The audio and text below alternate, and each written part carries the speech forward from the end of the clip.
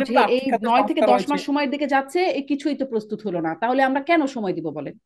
আমার মনে হয় আপনি আসেন ঢাকায়, নৈরাশ্যবাদী হয়ে যাচ্ছেন যে কিছুই না, হলো না, আপনি এটা আপনি আমাদের এই প্রশ্নগুলো যদি মানুষ অনেক করে, আমার প্রিপারেশন হয়েছে। নৈরাশ্যবাদী হওয়া উচিত না, কথা না। আমি আপনার মানে কাছে যেই প্রশ্নগুলো করলে উত্তর পাওয়া যাবে, যেই প্রশ্নগুলো আসলে আপনারা তার উল্টোটা বলছেন, তার বিপরীতের প্রশ্নগুলো আপনার কাছে করার চেষ্টা করি। একই না, আমরা লাইনে কথা কিন্তু বললে আপু তার প্রশ্ন আবারও করার বলছি, দরকার আমরা হবে না। কিন্তু উল্টো বলছি না। আমরা হ্যাঁ, বলছি যে যে টাইম ওয়াইজ না, টাস্ক ওয়াইজ কাজ করেন। এখন ইউনূস সরকার যদি আগামী 2 মাসের মধ্যে বড় কাজ করে ফেলে, আমরা তো খুব হ্যাপি, কারণ আমরাও তো আসলে রাজনীতিতে আমরা চাই দ্রুত নির্বাচন হলে আমাদের রাজনীতির একটা গতি পাবে, যে আমরা বুঝবো। এখন তো আমরাও একটা ইন্টারিম সময়ের মধ্যেই আছি, আমরা তো আসলে দল হিসাবে কতটুকু যাব না যাব, কারা কারা আমাদের সাথে থাকবে, আর রাজনীতির আপনার বেসমেন্টটা কি হবে, অনেকগুলো জায়গায় কিন্তু সিদ্ধান্ত হবে আপনার নির্বাচনের মাধ্যমে। নির্বাচনের পরে রাজনীতিটা আমরাও কিন্তু নির্বাচন চাই, এবং আমরা চাই দ্রুতই হোক, বাট আমরা টাস্ক ওয়াইজ চাই যে এটার আগে এই জিনিসগুলো লাগবে।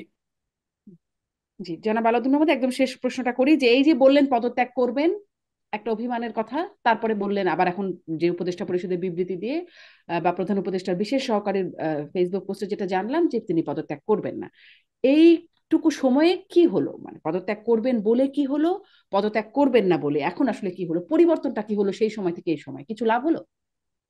হ্যাঁ, পরিবর্তনটা হলো আমরা একটা বড় পরিবর্তন হলো আজকে সবগুলো রাজনৈতিক দল আবার একই প্ল্যাটফর্মে এসেছে, তাদের মধ্যে সংলাপ হয়েছে। দ্বিতীয়ত হলো যে এখানে আপনার তাদের মধ্যে সেনাবাহিনী, কি সংলাপ হয়েছে, নাকি ডক্টর ইউনূস বা প্রধান উপদেষ্টার সাথে তাদের রাজনৈতিক একই দলের একই? মধ্যে সংলাপ হচ্ছে, এবং ইভেন আপনার জাতীয় নাগরিক পার্টিও আজকে বেশ কয়েকটা দলের সাথে সংলাপ হয়েছে, এবং প্রেস ব্রিফিং করতেছে ইভেন, যে সংলাপগুলো নিয়ে। যে হয়তো বিএনপির সাথে 1-2 দিন সময় লাগবে, বিএনপির সাথে সংলাপটা ডেফিনেটলি এটা ফাইনাল সংলাপ। তো আরেকটা বিষয় হলো যে এখানে যারা আপনার এই গভর্নমেন্টের স্টেক হোল্ডার, সশস্ত্র বাহিনী আছে, তাদের সাইড থেকে একটা রিয়েলাইজেশন আসছে, তারা আসলে রাজনৈতিক দলগুলো ঐক্যমত্যের কাছে, এবং তাদের যে আপনার ইয়ে আছে আপনার মানে টার্মস অফ প্রেফারেন্স আছে, এটার মধ্যে দিয়ে কাজ করতে হবে।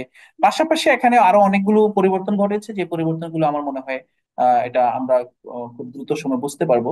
এবং স্বাভাবিকভাবে একটা বিষয় সব অনুভব করছে যে যে আমরা ইউনূসের সমালোচনা করব, ইউনূসকে আমরা চাপে রাখবো, নির্বাচনের জন্য রোডম্যাপের জন্য আমরা যে কোনো ভাবে তাকে বাধ্য করব, বাট ইউনূসকে রেখে আমরা এগুলো করতে হবে। বাট এই মুহূর্তে মানে ইউনূসের বিকল্প পৃথিবীতে প্রতিটা মানুষের বিকল্প আছে, কিন্তু এই বিকল্পটা এই মুহূর্তে হয়তোবা আমাদের জন্য এই সময়টার জন্য খুব বেশি আপনার সুফল বয়ে আনবে না, কারোর জন্যই না।